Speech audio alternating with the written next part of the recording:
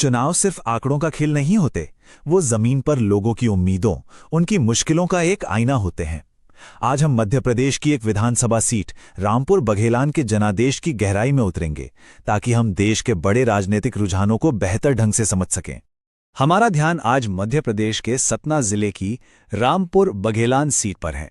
ये एक ऐसा क्षेत्र है जिसकी कहानी हमें सिर्फ वहीं की नहीं, बल्कि पूरे राज्य और शायद पूरे देश के राजनीतिक और आर्थिक समीकरणों की एक बड़ी और साफ तस्वीर दिखाती है। किसी भी तरह के आंकड़ों की दुनिया में जाने से पहले जमीन की इन आवाज़ों को सुनना बहुत जरूरी है। खराब सड़कें, बिजली और पानी की कोई गारंटी नहीं, और स्थानीय स्तर पर रोजगार की कमी, यही वो असल मुद्दे हैं जो यहाँ के लोगों की रोजमर्रा की जिंदगी और उनके वोट देने के फैसले दोनों को दिशा देते हैं।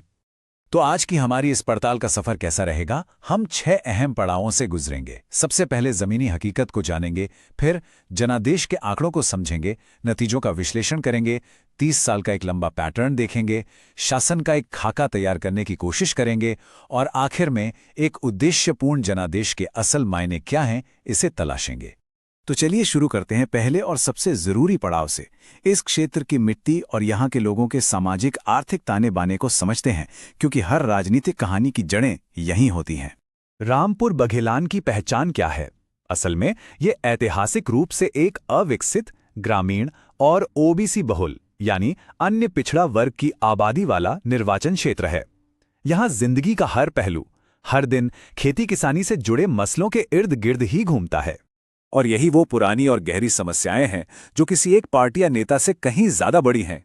सोचिए, गांव की वो सड़कें जो बाजार तक फसल पहुंचाने में सबसे बड़ी बाधाएं हैं, बिजली और पानी की वो सप्लाई जिसका कोई भरोसा नहीं, युवाओं के लिए मौकों की भारी कमी, और बुनियादी स्वास्थ्य और शिक्षा की ऐसी सुविधाएं जहां न पैसा है न स्टाफ। यही वो मुद्दे हैं जो यहाँ की राजनीतिक हवा का रुख तय करते हैं। ठीक है, तो ये तो हुई जमीन की बात, लोगों की बात। अब देखते हैं कि इन्हीं हकीकतों ने आंकड़ों में क्या शक्ल ली है। मतदाताओं ने अपने वोट के जरिए हमें क्या बताया है? 75% से ज्यादा वोटिंग। इसका क्या मतलब है? ये महज एक नंबर नहीं है, ये दिखाता है कि यहाँ के लोग राजनीतिक रूप से कितने जागरूक और सक्रिय हैं, और शायद ये उन बुनियादी मुद्दों को लेकर उनकी बेचैनी को भी दिखाता है जिनकी हमने अभी बात की। और ये वो आंकड़ा है जिसके इर्द गिर्द हमारी आज की पूरी कहानी घूमेगी। साल 2023 में जीत का अंतर 22,580 वोट। हमारा आगे का पूरा विश्लेषण इसी एक सवाल का जवाब ढूंढने की कोशिश करेगा कि आखिर ये फासला बना कैसे। तो आइए इस क्षेत्र के पूरे चुनावी डैशबोर्ड पर एक नजर डालते हैं। ये मुख्य आंकड़े हमें बताते हैं कि 2023 में भारतीय जनता पार्टी यानी बीजेपी को लगभग 44% वोट मिले, जबकि इंडियन नेशनल कांग्रेस यानी आईएनसी करीब 32% पर सिमट गई।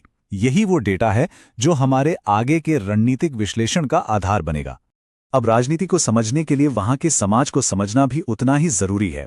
यहाँ की सामाजिक बनावट देखें तो लगभग 66% आबादी ओबीसी और सामान्य वर्ग की है, जो जाहिर है चुनावी गणित में एक बहुत ही निर्णायक भूमिका निभाती है। साथ ही अनुसूचित जनजाति और अनुसूचित जाति की भी एक महत्वपूर्ण उपस्थिति है। ठीक है, तो नंबर हमारे सामने हैं, लेकिन ये नंबर बने कैसे? अब हम नतीजों के क्या से आगे बढ़कर क्यों का विश्लेषण करेंगे। हमारा ध्यान सिर्फ चेहरों पर नहीं, बल्कि उन व्यवस्थाओं और संगठनात्मक ताकतों पर होगा जिन्होंने असल में इन नतीजों को तय किया। और यहाँ पर असली खेल उम्मीदवारों का नहीं, बल्कि जमीन पर मौजूद संगठन का है। आप देखिए, एक तरफ कांग्रेस का स्थानीय संगठन काफी कमजोर है और बूथ स्तर पर कार्यकर्ताओं की एक बड़ी कमी नजर आती है। वहीं दूसरी तरफ बीजेपी के पास सक्रिय आरएसएस और गांव-गांव तक फैले कार्यकर्ता हैं, साथ ही संगठित बूथ मैनेजर भी। ये संगठनिक ताकत और कमजोरी का एक बिल्कुल साफ उदाहरण है। और इस पूरे समीकरण में एक और बहुत बड़ा किरदार है, बहुजन समाज पार्टी यानी बीएसपी। बीएसपी इस क्षेत्र में लगातार 20 से 30% वोट हासिल करती रही है, और इसका सीधा असर गैर बीजेपी ओबीसी वोट बैंक के बंटवारे पर पड़ता है, जो चुनावी नतीजों को काफी हद तक प्रभावित करता है। ये एक ऐसी संरचनात्मक सच्चाई है जिसे नजरअंदाज नहीं किया जा सकता। और यहीं पर यह याद रखना जरूरी हो जाता है कि किसी भी राजनीतिक प्रक्रिया का आधार संवैधानिक मूल्यों का सम्मान होना चाहिए। हर नागरिक की गरिमा और जिम्मेदारी के साथ अपनी बात रखने की आजादी, यही हमारे लोकतंत्र की असली बुनियाद है। ठीक है, तो आज की तस्वीर तो साफ हो रही है, लेकिन क्या ये कहानी हमेशा से ऐसी ही थी?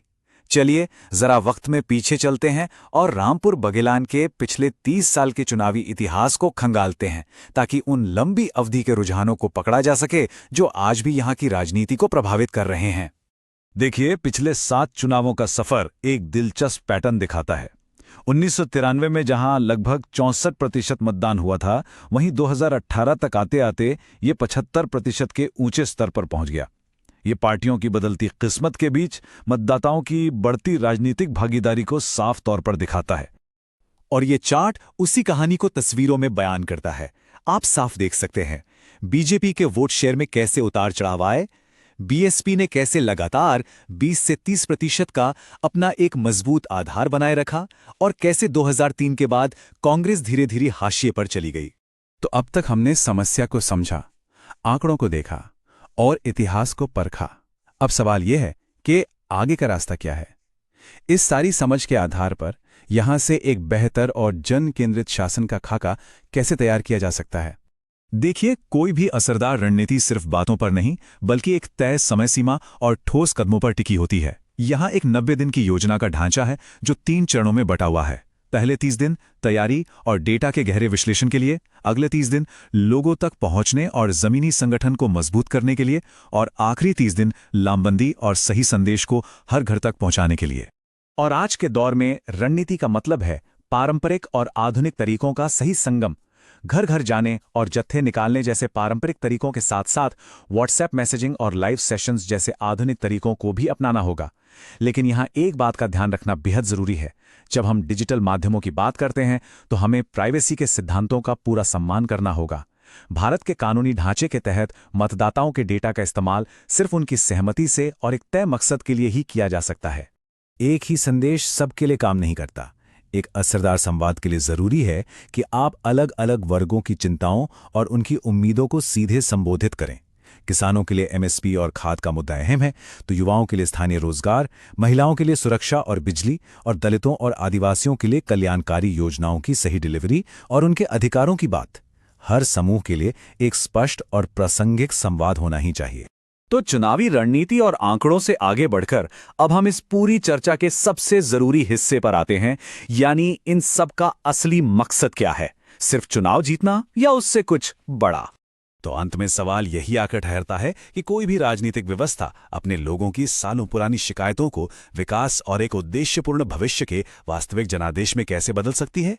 यह सवाल सिर्फ रामपुर बघेलान का नहीं, बल्कि हमारे पूरे देश के लोकतंत्र का है।